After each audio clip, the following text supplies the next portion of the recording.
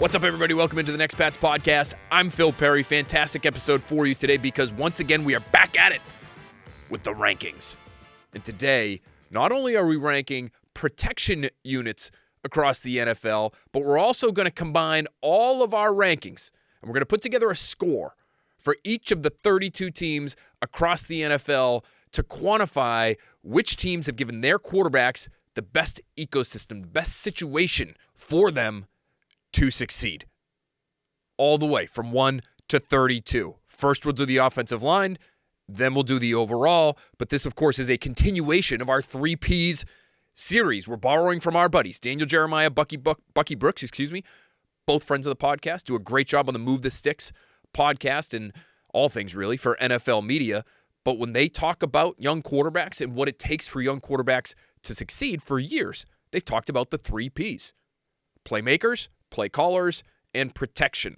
So, we've already, in 2 previous podcasts, if you haven't already listened or watched those, for the playmaker rankings, we had the Patriots actually just about at the bottom of the league. They ranked 31st. It's my list, okay? It's subjective. I understand. I tried to lay out my reasoning. I have some concerns. I have serious questions about how much Stephon Diggs will be able to give them. Really, that ranking could end up going through the roof, relatively speaking, through the roof for them if he ends up performing and meeting the, I think, really high expectations that some people in the media, some people in the fan base have for Diggs. But if he performs like others who are coming off that injury, playing that position at his age, that group of weapons in terms of the sheer talent there probably deserves to be ranked near the bottom of the list. So they were 31st in the playmaker rankings. The play caller rankings, much better. Personally, again, it's my list. I'm a believer in Josh McDaniels. So I had McDaniels all the way up at number 11 overall among the 32 NFL play callers. Now, today we get into the protection units. Again, we're trying to figure out what have the Patriots been able to put around Drake Maye. Is he going to make this second-year leap that so many anticipate he will? He's got help with the guy who's in his ear. I believe that wholeheartedly. What about the weapons?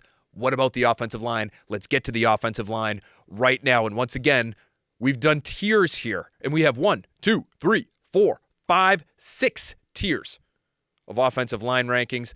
And to do this, I've not only relied on my own reporting and my own understanding of what these teams have across the NFL, but really tried like hell, friends, to read as much as I could about all the different additions. I can't pretend to have gone into, let's say, the last week or so and have in the back of my mind, committed to memory, all 5 starters for all 32 teams across the NFL on the offensive line. And not only the starters, but the depth pieces as well. Because, yes, we were taking a look at some of what these teams have in terms of their backups, because it's important. These guys get banged up.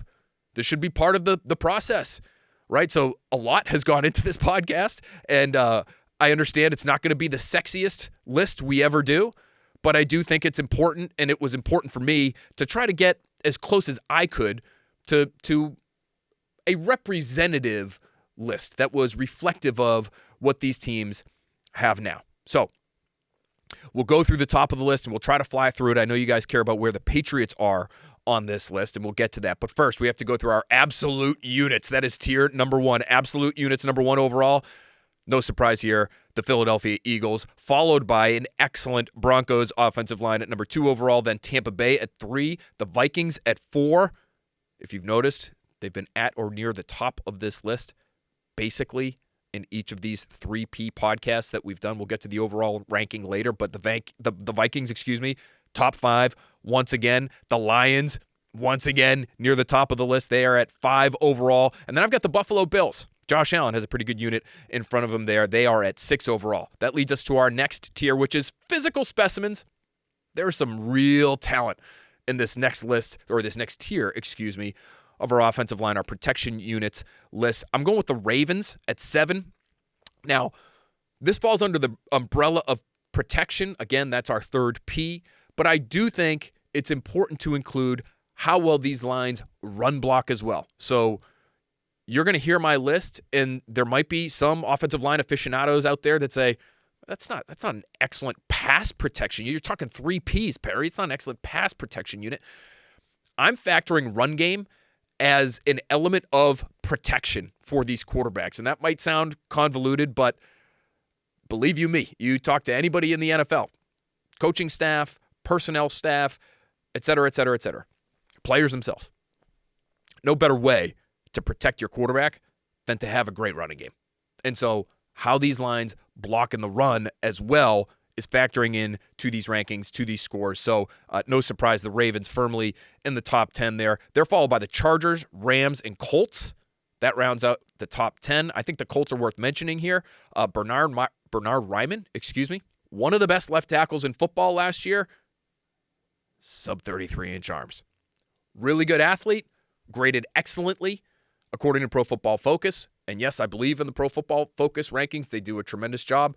They have for a long time. I can remember years ago, guys, talking to Nate Solder. This is when, Pro Football Focus was still in sort of its nascent stages in terms of being in the public consciousness for football consumers. And I remember talking to him at length about PFF and their grades and what he thought of them because he had read them, he had consumed them. And basically, he summed it up as they're pretty accurate.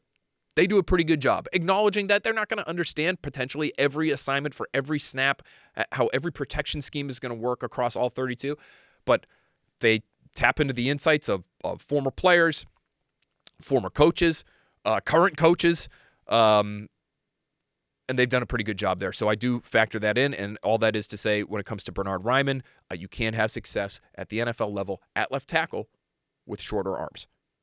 They actually have 2 tackles with short arms because Braden Smith on the right side, pretty damn good tackle himself. That's part of the reason they're at 10 overall. Rounding out the physical specimens tier here, Niners and Falcons.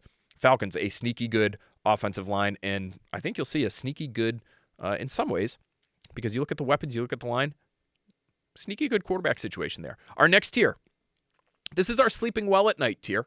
That's from the quarterback perspective. It might not be the most dominant units in football, but you feel pretty good about them. The Commanders are at 13. The Bears are at 14. The Packers at 15. The Bears maybe. They have an argument to be even higher here. It's just a little bit of a new group. Want to see how that thing comes together. Ben Johnson, I think, is going to do an excellent job there, quite frankly. But let's, again, still see how it shakes out. He has head coaching responsibilities now. They just brought on Joe Thuney. So I like where those Bears are going, and it wouldn't surprise me if they ended up ranking much higher than this by the end of the year. The Packers, a couple underrated tackles there in Green Bay, in my opinion. They're there at 15. The Cardinals at 16, and the Raiders at 17, led by Colton Miller. Again, I think an underrated left tackle, incredibly athletic guy, has been doing a good job for a long time there in Vegas. Next tier. Look. It could be worse. Okay, so you're not all that excited about what you have here, and it could get dangerous at times, but these are your bottom half of the league offensive line units. Plenty of questions here, but shouldn't be outright disasters. I do want to point that out. So the Jets are at 18, the Chiefs are at 19, the Browns at 20, Panthers at 21, Cowboys at 22. You can sense my pace is slowing down. Titans are at 23, and the last team in the look it could be worse tier are your New England Patriots. And the way I am going about this as a Patriots observer is I look at Morgan Moses. I see at least, even though he is in the later stages of his career, at least a league average right tackle. I look at Will Campbell, complete opposite end of the spectrum in terms of his experience level, right? But even before he was drafted, just talking to people and understanding what his traits were and how they might translate to the league and how the league was viewing him coming out of LSU. I've always thought that coming in as the 4th overall pick, which he was as a presumed top 5 pick, he could give you average left tackle play, even as a rookie, even with his slighter frame, even with his shorter arms. I think by the end of the season, we are talking about a left tackle who ranks somewhere between 13 and 20. And to me, as a rookie, that's good enough. Obviously, top 5 pick, you'd love for him to eventually start to work into that. If he's a top 12, top 10 type of guy, that's what you hope for. That's what you're looking for. Not all high-end picks at that position end up becoming that, just because that's the nature of that position. Those guys are really, really hard to find, even the average ones, and so you're willing to spend high-end picks to get those guys, especially when you have a franchise quarterback like the guy over my right shoulder right now. If you're watching us on YouTube, you have to make sure you protect him. You're sort of strong-armed into making that choice if you're the Patriots. I think it was a good one because I think average tackle play is incredibly, incredibly valuable, and I think that's what Will Campbell will give you. Now, the interior I have questions about. And so it could be worse. We saw worse last year here in New England, but it's still not good enough for you to be sleeping well at night at all, which is that tier that we just rattled off before we got to this one. At center, I have major questions about Garrett Bradbury, released by Minnesota for a reason. Getting to the later stages of his career, and a guy who had a really rough season last season. Also a guy schematically, I'm really curious to see how he fits. You have some massive human beings along this offensive line. Will Campbell, Morgan Moses, Mike Owenu. I think they're going to want to get downhill. We talked about this last week in the Josh McDaniels scheme and the run game in particular. Duo, power, counter. Like, they're going to want to get downhill and run between the tackles. That should mean running off of Garrett Bradbury's ass. Is it ample enough to play that way? I wonder. And so let's see. Let's see how he performs in training camp. Let's see what Jared Wilson, the third-round pick out of Georgia, is able to do in training camp. Where is he? Is he at center? Or is Wilson maybe being played at left guard? Because you have major questions there as well. I think Wilson should be in the running there. Cole Strange will be in the running there. Maybe Jack Conley, the undrafted rookie out of BC. He certainly has the frame to fit with the rest of that unit at 6'7", over 330 pounds. But let's see. You have two significant question marks, in my opinion, on the interior, and that's why the Patriots end up at 24 overall in our offensive line rankings. We'll see what that means for their overall rankings in just a bit here. The next tier is eat your vitamins. Jags, 25, Saints at 26, Seahawks at 27, Giants, even with a tremendous, I think, left tackle in Andrew Thomas. Huge questions across the board. Otherwise, John Runyon, John Michael Smits Jr., Greg Van Roten, that's your interior. Jermaine Illuminor on the other tackle, and he actually, former Patriot. If you're a diehard, you remember that name. But he actually has played pretty well over the course of the last few years. He's been in Vegas as well. He's in Vegas with Josh McDaniels. So he's an NFL player, but I think they may have even more questions than the Patriots do while having a top-tier left tackle in Andrew Thomas. So he's at, the Giants are at 28. And then this is your the second half of the Hulk Hogan slogan for anybody out there that is a 90s baby like me. So that was the Eat Your Vitamins tier. This is the Say Your Prayers tier for quarterbacks because their protection units ain't that good. Okay? Simple as that. Steelers at 29, Bengals at 30, poor Joe Burrow. The Dolphins at 31, and the Texans, after trading Laramie Tunsil, they are at 32. So, not disastrously bad for the Patriots, which is where they were last year. Last in the league in pass block win rate and last in the league when it came to creating space for their running backs. We know how bad it was. We've been over it ad nauseum. It doesn't look like they should be there again, and that is a good thing for New England. But when you stack it all up, protection unit 24th in the league. Weapons, a weapons group. Just talking backs, tight ends, and receivers, right? So we're removing the quarterback. We're removing the offense coordinator from that equation. They're at 31st in the league there. And then 11th at offensive coordinator. To me, Josh McDaniels has the potential to be this offense's saving grace. And again, we went over that in the last podcast when we talked about 2021. We could go over McDaniels' resume and his body of work, and I think it's really impressive, and we have done that. 2021 in particular, looking back, Mac Jones as a rookie, throwing to Jacoby Myers and Hunter Henry, who legitimate tight end, no question about it. But Jacoby Myers essentially is your number one, Kendrick Bourne as your number two. It's not the sexiest group you've ever seen. And if we had done weapons rankings back in 2021, my guess is they'd be near the bottom of Nelson Aguilar. They'd be near the bottom of the league once again. So for McDaniels to come away from that season with a 6th overall group in terms of points scored, 10th overall in terms of EPA per play, 4th overall in terms of success rate, that was a masterclass in offensive coordination, in my opinion. And so maybe he's able to get more out of this group. But where does this group rank when you factor it all in? Overall, our 3 Ps. Where are your New England Patriots, and what kind of setup have they given their young quarterback to succeed or not in year 2? Once again, friends, we have 7 tiers, 7 different tiers. And the way I've scored this, just so you're aware of the very advanced equation that I've been able to put together after ranking all of these teams in 3 different categories. What we've done is essentially taken their rankings, added them together, and then we've simply ranked them lowest score to highest, right? It's golf. The lower, the better. And the team that is leading us off, I teased it a little bit just a few minutes ago, is Minnesota. Minnesota, believe it or not, 4th in protection ranking, 4th in play caller ranking with Kevin O'Connell, and 4th in our weapons rankings. So they had an overall score of 12. That was lowest of all 32 teams in the NFL. You're welcome, J.J. McCarthy.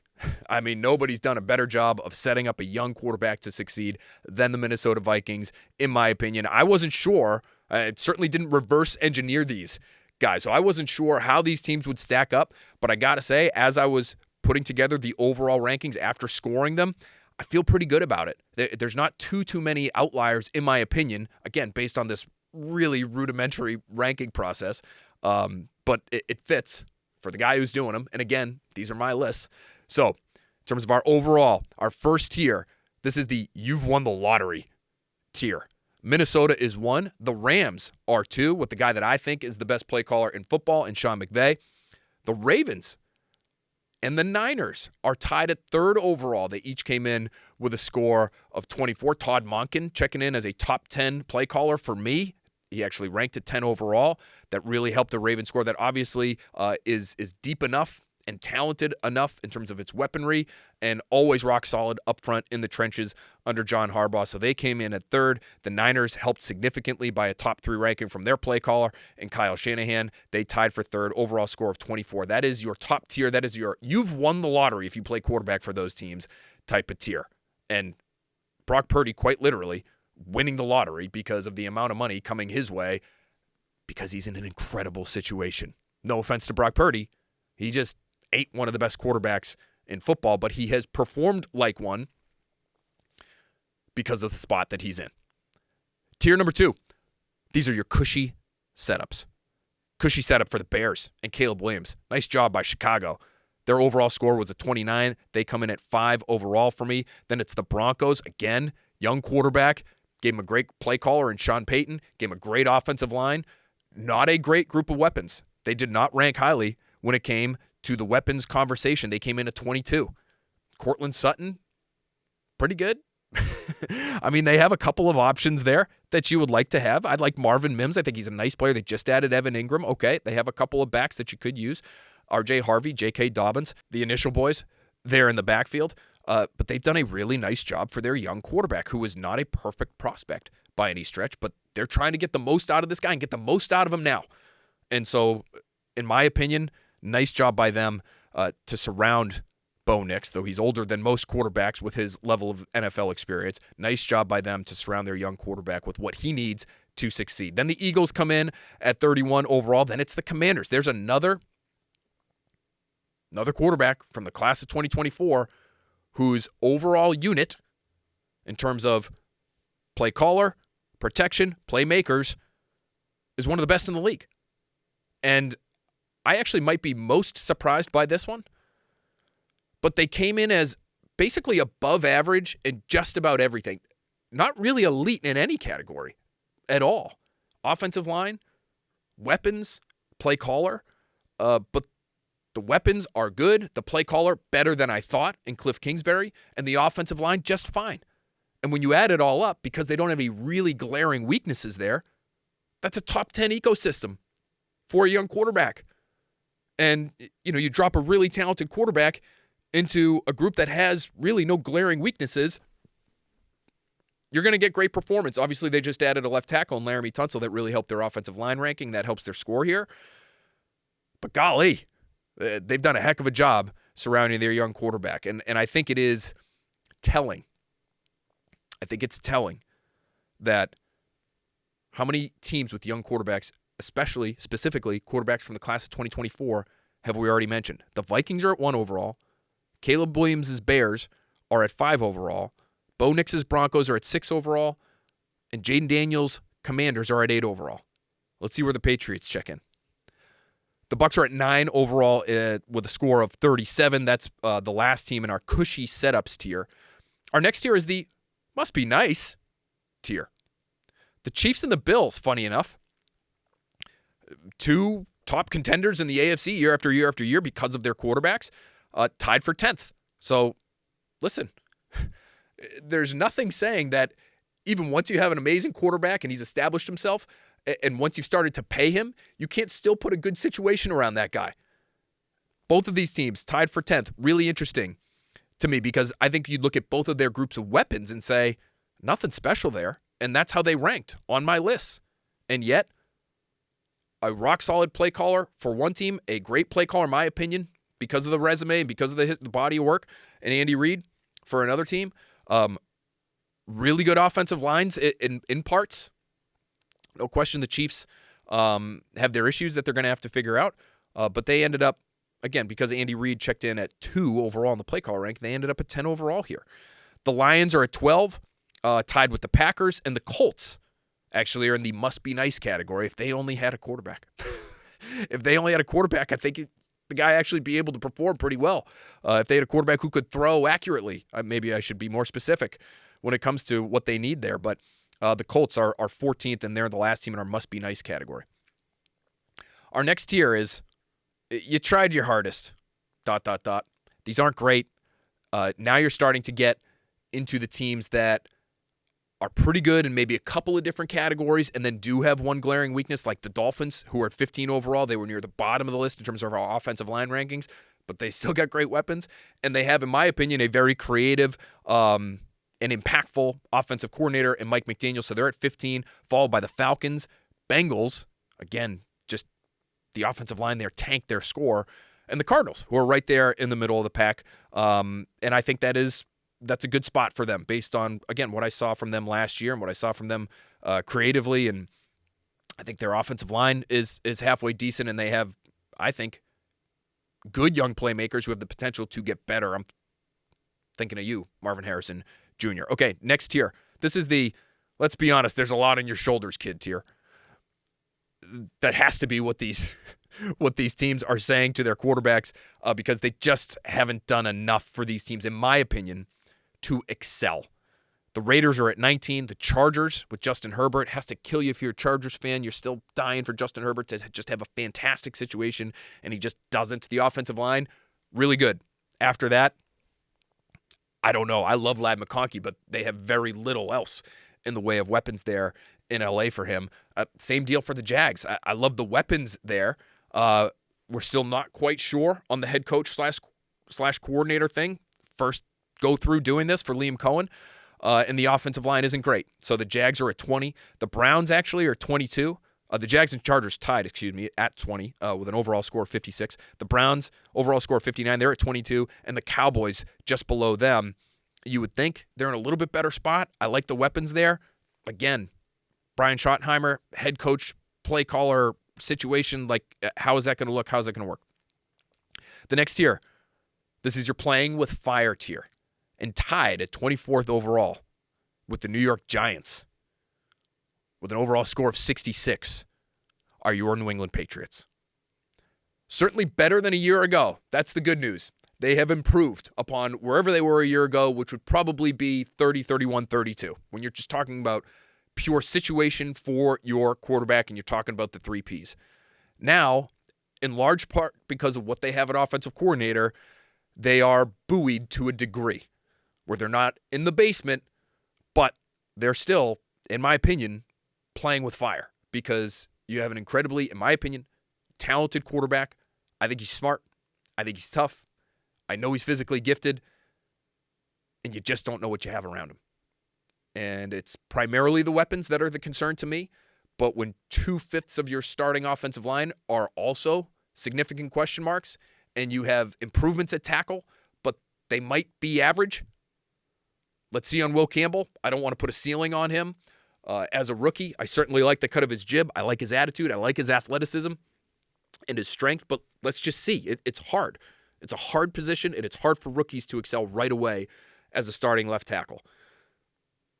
If he turns into a Pro Bowler and Morgan Moses has the best year of his career and Mike Owenu looks like he's one of the top guards and he's one of the highest paid guards in football for a reason in 2025, maybe this score climbs a little bit. If Stephon Diggs is healthier than anybody knows already and ends up looking like a true number one, this overall score would be better and they would rank more highly.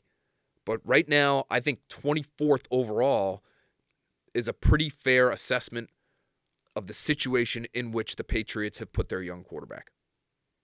It's a below average, improving but below average situation. And they're playing with fire because the more you surround young quarterbacks with real talent, with those kinds of situations, the more you're asking for those quarterbacks to fail. Some really special ones can get away from it and come out the other side and be great. But even those, and I'm thinking of guys like Matthew Stafford, Joe Burrow with the offensive line that he had his rookie year. Even those guys had elite pass catchers to throw to. We know what Joe Burrow had by the time he was in year 2 with Jamar Chase and T. Higgins. Matthew Stafford had one of the greatest receivers of all time to throw to in Detroit and Megatron. So when are the reinforcements arriving for Drake Maye? I think some have come in the form of the offensive coordinator. And we've seen the offensive coordinator put together competent offenses with less, quite frankly. He's going to have to do that again. And those two are going to have to be on the same wavelength all year in 2025 in order for this team to exceed the expectations that I have for them offensively. I won't speak for anybody else in the media. I won't speak for you out there as the fans. But in order for them to become this offense that we're looking at and saying, boy, have they taken significant steps, and boy, has Drake Maye really grown since year 1, it's going to require a next level connection between quarterback and play caller, because there's just not enough around Drake Maye otherwise. After the Patriots on the playing with fire tier are the Pittsburgh Steelers and New Orleans Saints. And then our final tier is better have a stud back there.